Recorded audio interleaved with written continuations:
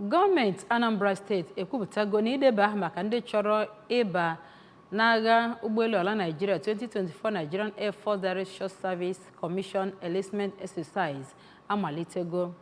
Ya bụ ozi bụ nke dị na ozi ewetara site n'aka Air Vice Marshal A.H. Bakare n'aha Chief of Air Staff. N'ozi nke sitere n'aka Kọmishọna Anambra Steeti na-afụ maka mgbasa ozi Sapọ Nwosu. Application form nakwa ihe ndị ọzọ gbasara nke a bụ nke enwere ike iweta n'usoro online na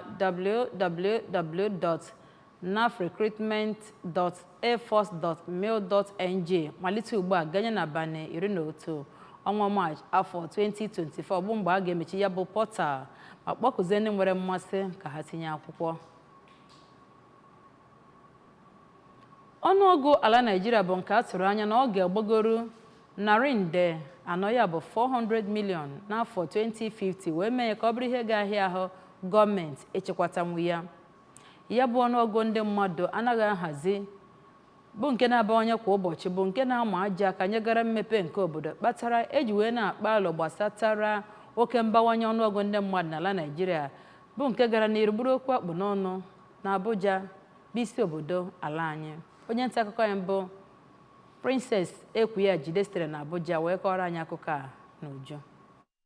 Ọtụtụ ndị kwuru okwu na ya bụ ọgbakọ akpọrọ Nigeria Population Conversation Seminar bụ otu na-ahụ maka ngụpụta mmadụ na Civil Society Legislative and Advocacy Center (CISLAC) na Transparency International Nigeria kwadoro ya, kwenyere na ọ bụ uto ngụpụta mmadụ kpatara na gọọmenti Nigeria enweghị ike ịchịkọtanwu ihe nnwenwe obodo, nke butere ụjọ enweghị nri, enweghị ọrụ ndị ntorobịa na ọtụtụ ihe ịma aka n'ihu ndị ọzọga na-ebute etogo uto nke obodo.